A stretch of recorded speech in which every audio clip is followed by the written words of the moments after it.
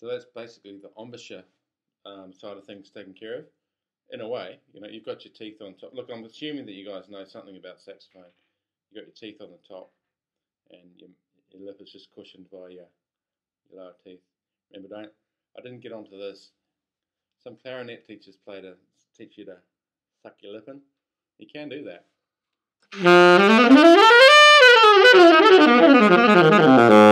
Get quite a muffled sort of sound, but once again, you've got no flexibility there. Subtones, fucking hard, right?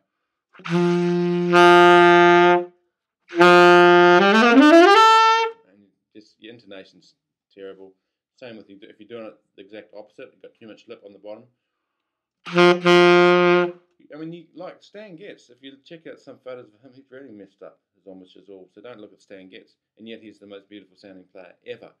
So you know, if you've got the ear for it, you can make anything work. But you know, this is if you want to help yourself. You know, listen to some of this. So don't put your lip right out. Once again, you can get away with it.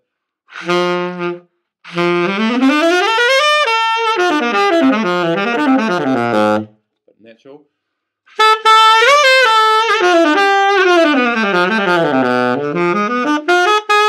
Just get a much more richer sound with it straight in the middle.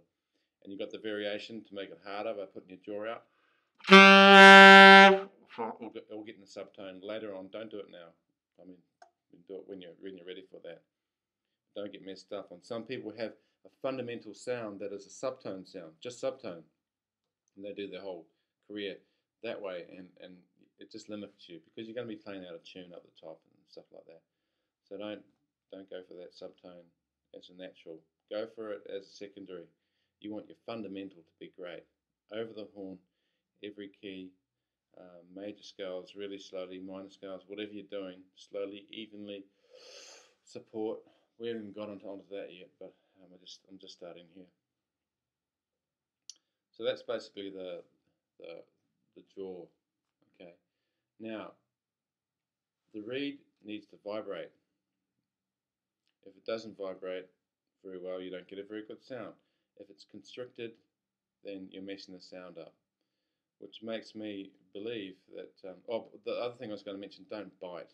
Okay, biting too hard, that's terrible, and you're going to bite if you've got your scrunch, if you're doing all that sort of stuff wrong. Just remember, the saxophone was made for mankind.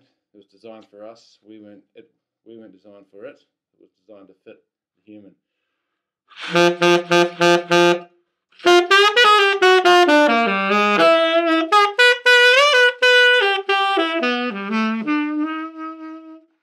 Okay. So that's the fundamental there. Get all that right.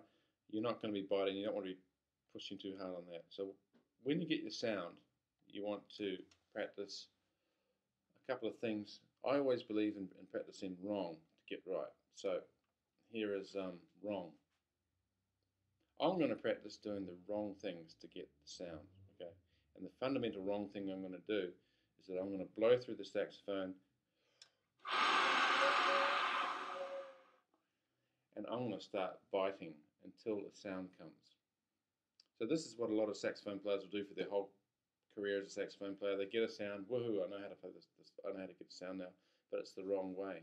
You're using the wrong force, you're using too much down and not enough side support. So here's me doing it wrong.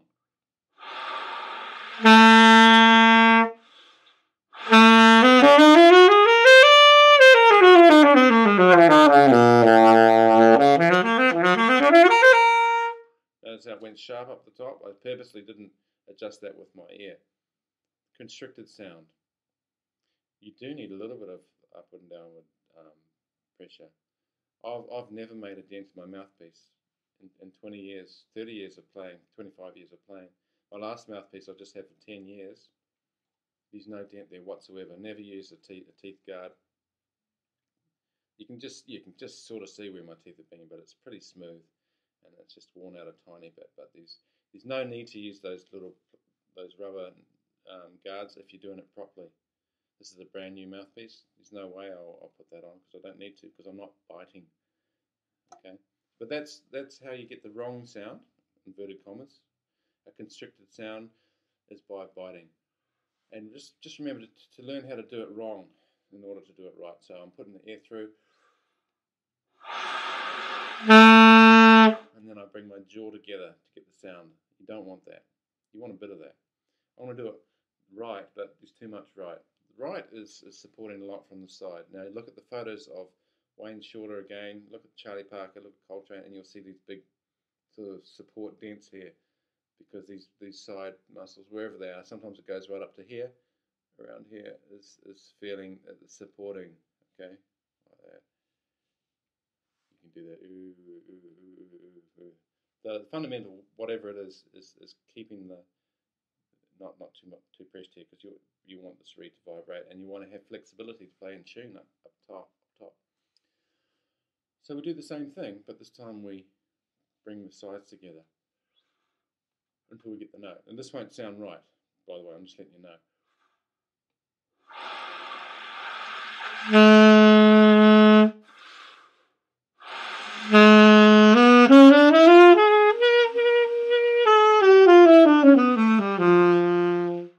Now, I was getting that just by doing this.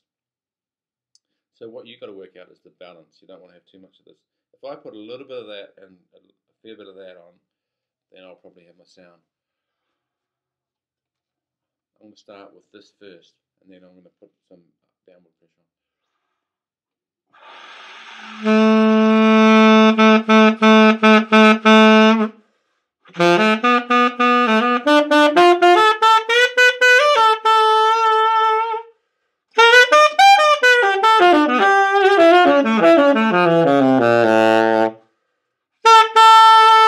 Now I'm going to bite too hard. Notice how it goes sharp. Ooh. Okay. Now I'm going to only put that pressure on there. Okay. So that's not right either. But it's very, very good practice to do your long tones and just support with the sides. So you're actually just going.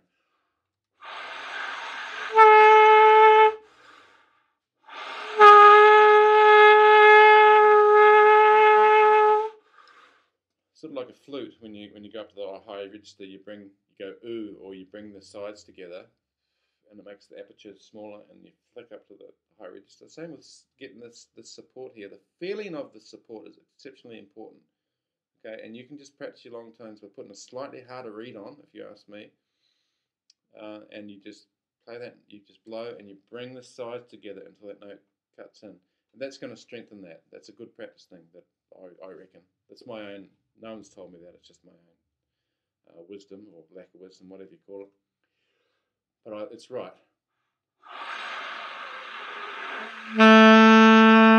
The note, like a clutch in the car, it engages when you get the support in there.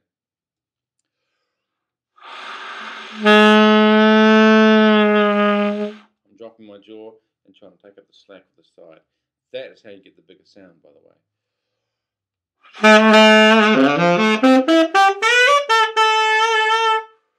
Okay, opening up. This is just going to run out in a minute, so I'll stop the second phase of sound production. But just remember, just practice wrong and practice this. I'm practicing this quite a lot at the moment. Just with this, I've got a slightly bigger mouthpiece at the moment, a 10-star, and I've got a 4 reed on. I'm not mucking around, and but it's no problem because I'm supporting right. This is the thing. You know, you can do amazing things if you support right. I'm just going to stop this and carry on lesson take 3. Wait a minute.